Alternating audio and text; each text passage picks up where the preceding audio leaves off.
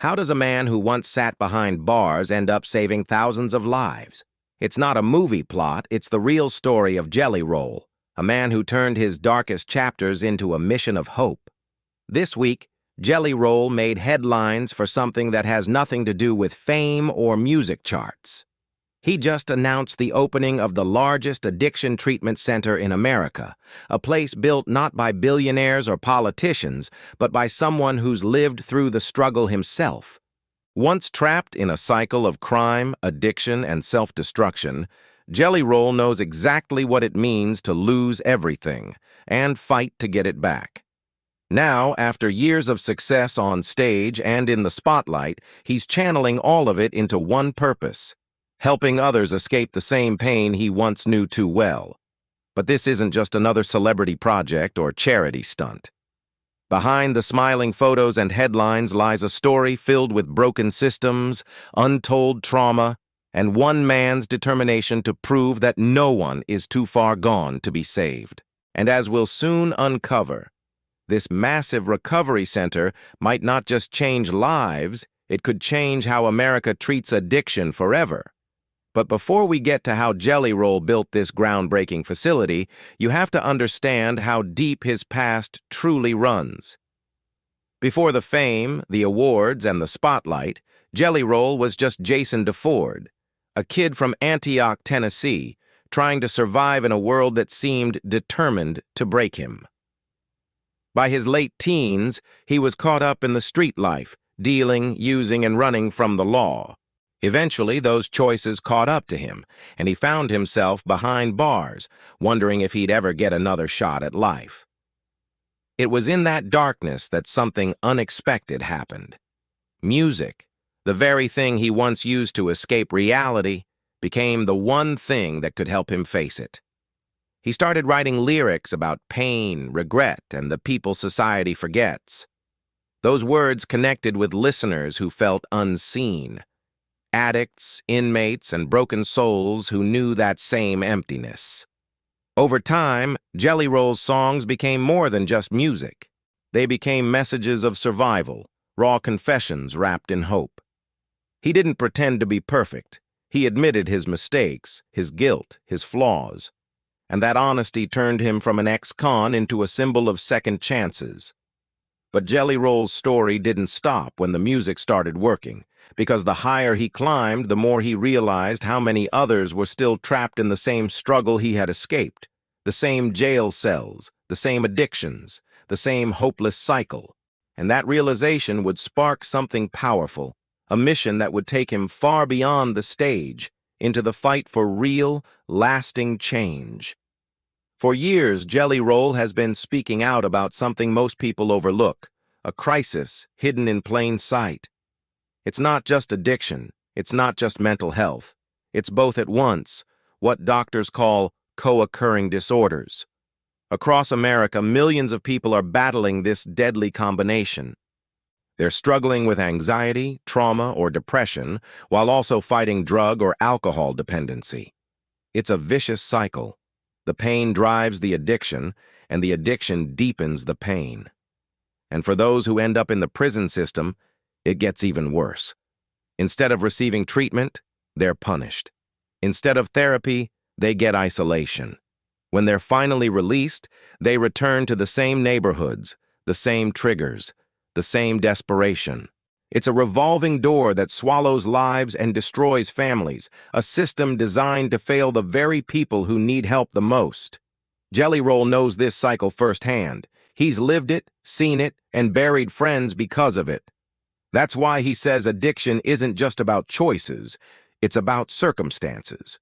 Poverty, trauma, broken homes, mental illness, they all feed the same monster. And as his fame grew, so did his frustration. He started to realize that the system wasn't built to heal, it was built to forget.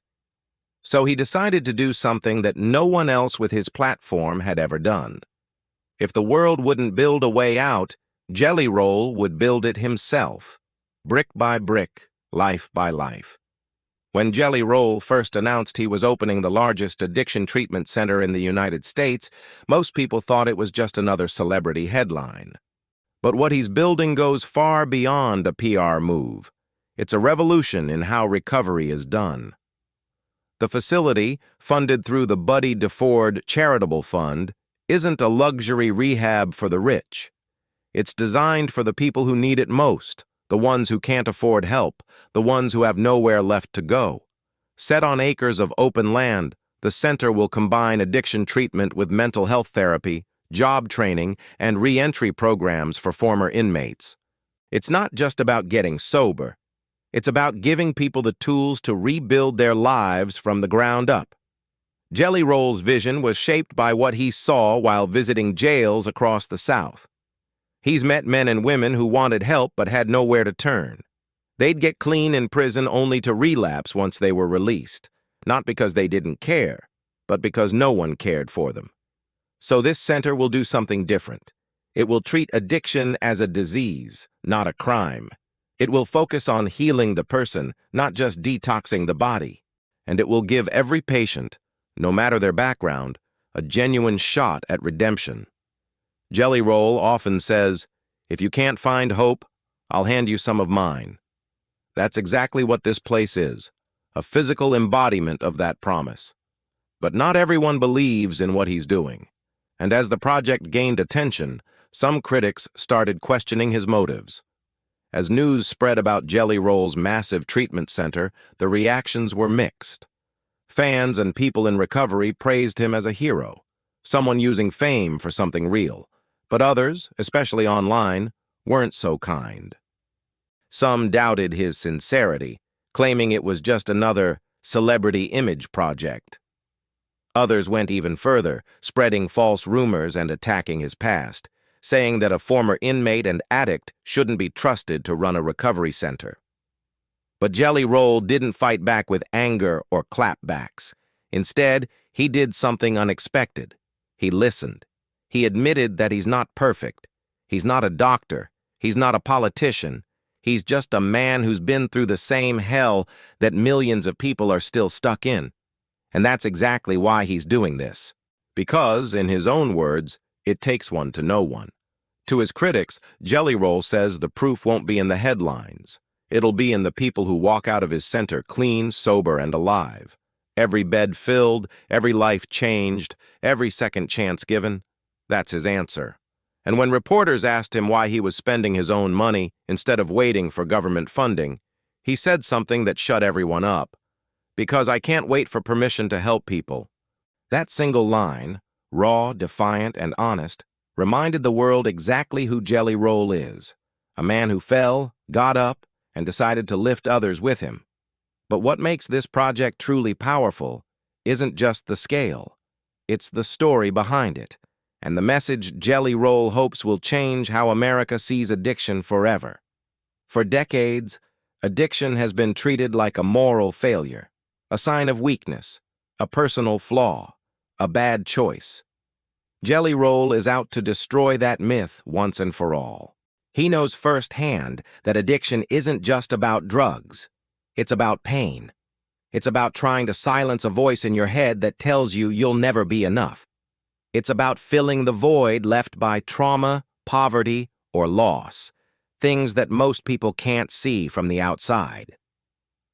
When Jelly Roll speaks at prisons, rehab centers, or even his concerts, his message stays the same. You're not broken. You're healing. You're not a lost cause. You're a comeback story waiting to happen. Through his music, he's already helped millions of people feel seen. But through this treatment center, he's giving them something far more powerful, a real chance to start over. The facility won't just treat addiction in isolation. It'll integrate therapy, mentorship, and even job placement programs so that people can re-enter society with purpose and dignity. Because Jelly Roll believes recovery doesn't end when you stop using. It begins when you start living. And that belief is contagious.